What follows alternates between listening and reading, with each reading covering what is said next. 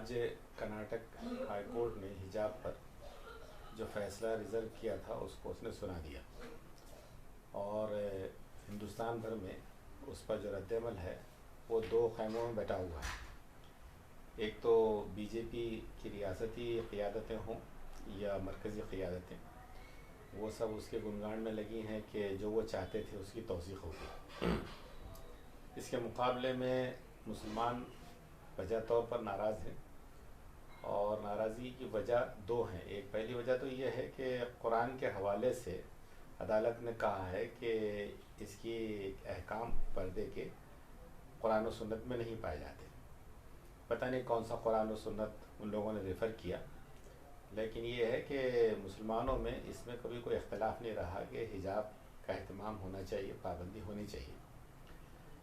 चेहरे के पर्दे के में तो दो राय रही है, लेकिन चेहरे के अलावा पर्दे में कभी दो राय नहीं रही और उससे मुताल्लिक़ अदालत की ये ताबीर ज़ाहिर है कि इससे इत्तेफाक नहीं किया जा सकता। साथ ही दूसरा मसला जो संगीन है वो ये है कि हिंदुस्तान के दस्तूर में सेक्युलरिज़म की माना मज़हब बेजारी की नहीं है, बल्कि मज़हब का हक़ हर एक को दिया गया है, उसकी चॉइस का हक़ उसको दिया गया है, उसको प्रैक्टिस करने, उसको प्रीच करने का हक़ दिया गया है। तो यहाँ पर एक मज़हब के इख्तियार में दस्तूर के ख़िलाफ़ दखलंदाजी हुई है, इसलिए वजह तौर पर इसकी ज़रूरत है और तकाज़ा है कि सुप्रीम कोर्ट जाया जाए।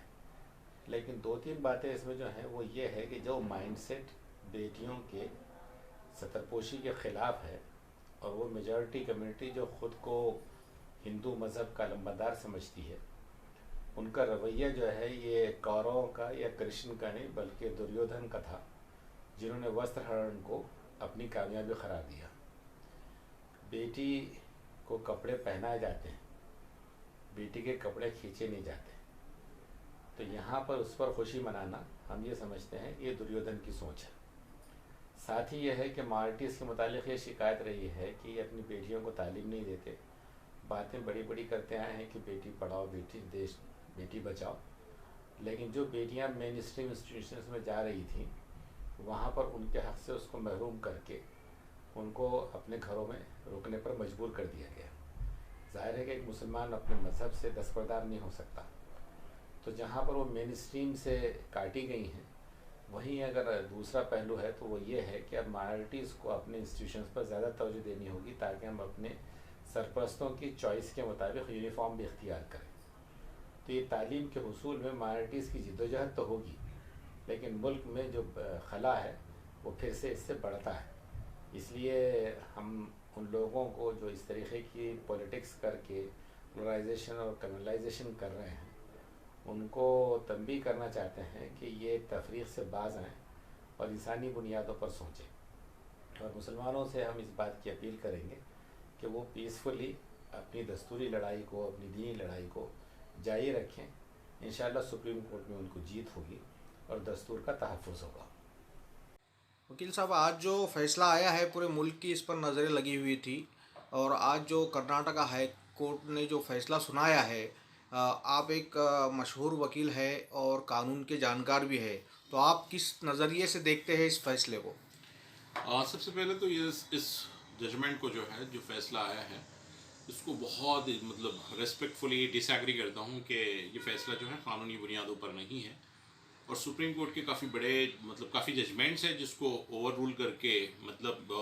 खातिर में नहीं लाते हुए हाई कोर्ट ने जो है ये फैसला दिया है। और मुझे लगता नहीं है कि कानूनी तौर पे जजमेंट सही है। जो जिन्होंने ये रीट याचिका दाखिल की थी, इन्होंने अभी यह फैसला भी लिया है कि अभी सुप्रीम कोर्ट जाएंगे, तो क्या आपको लगता है इनको इनको जो इंसाफ मिलेगा? देखिए, हम जिस सिस्टम में, जिस डेमोक्रेटिक सिस्टम में रह रहे हैं, हमारे पास कोई ऑप्शन और होता नहीं है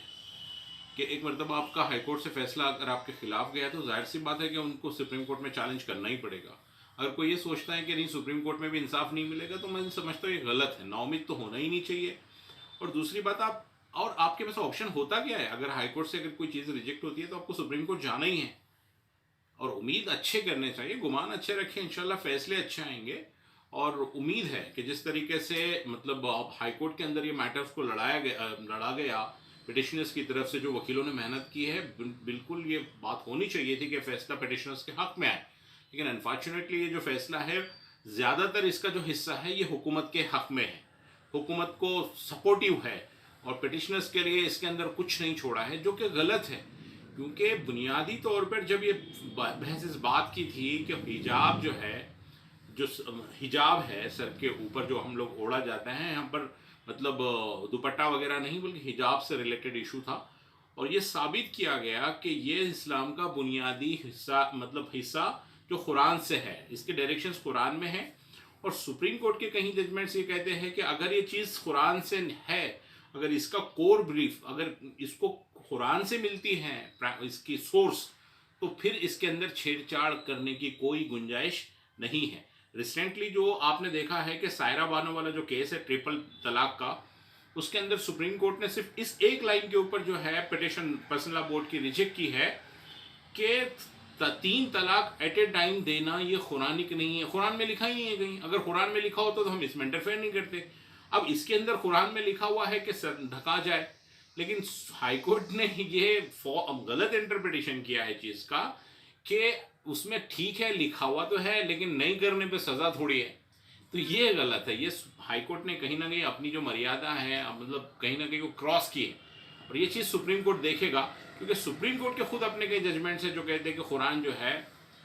टेनेट है, सोर्स है, जिसकी वजह जिस निकलता है, मतलब जहाँ से इस्लाम की असल सोर्स निकलते हैं, बुनियाद मज़हब के बुनियाद बनते हैं। तो ऐसी सूरत में मुझे लगता है कि सुप्रीम कोर्ट इंशाल्लाह इसके अंदर रिलीफ देगा, और हमने उम्मीद हमेशा कायम रहना चाहिए, मायूस नहीं होना चाहिए। इस पर बहुत लंबी चौड़ी बात हो सकती है, लेकिन फिलवक्त के लिए समझा जाए कि जिस बुनियाद के ऊपर हाईकोर्ट ने इसको रिजेक्ट किया है वो ये है कि हाईकोर्ट ने कहा कि ये कुरानिक, इसके अंदर ऐसा कहीं डायरेक्शंस नहीं है, और ये एसेंशियल, ये इस्लाम का बुनियादी हिस्सा नहीं है,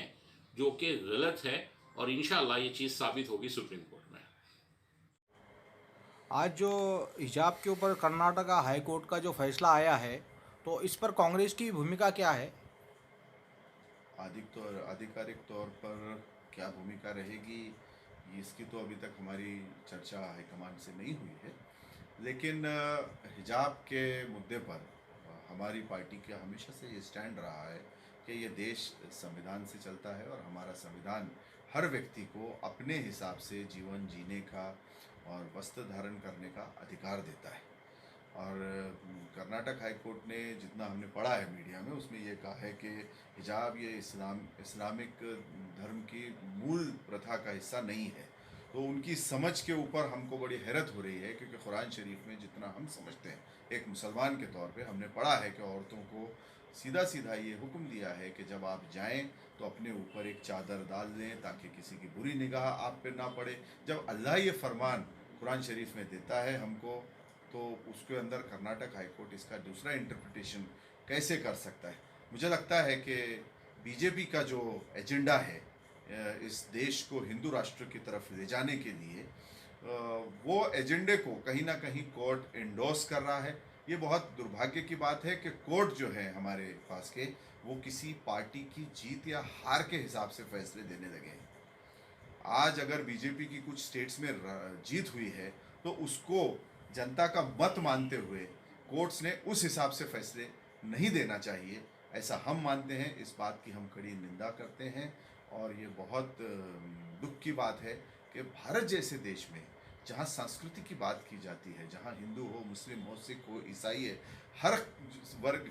ये हर समाज की महिलाएं जो हैं वो अपना सर ढाककर, पल्लू रखकर जो है वो आगे निकलती हैं। ऐसे देश के अंदर ऐसा एक डिसीजन आना ये बहुत दुख की बात है। भारतीय जनता पार्टी जो हिंदू और हिंदुस्तानी संस्कृति की बात करती है, वो जब इस मुद्दे पे एक अलग स्टैंड लेके खड़ी है, तो ये कितने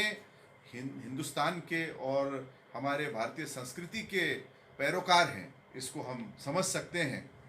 और इसकी जो लड़ाई है, हम बिल्कुल, जो बहनें चाहे वो मुस्लिम समाज की हो, सिख समाज की हो, या हिंदू समाज की, किसी भी समाज की, क्रिश्चियन समाज की हो, जो अपने सर ढककर रखना चाहती हैं, अगर वो ये लड़ाई लड़ती हैं तो हम बिल्कुल उनके साथ खड़े रहेंगे।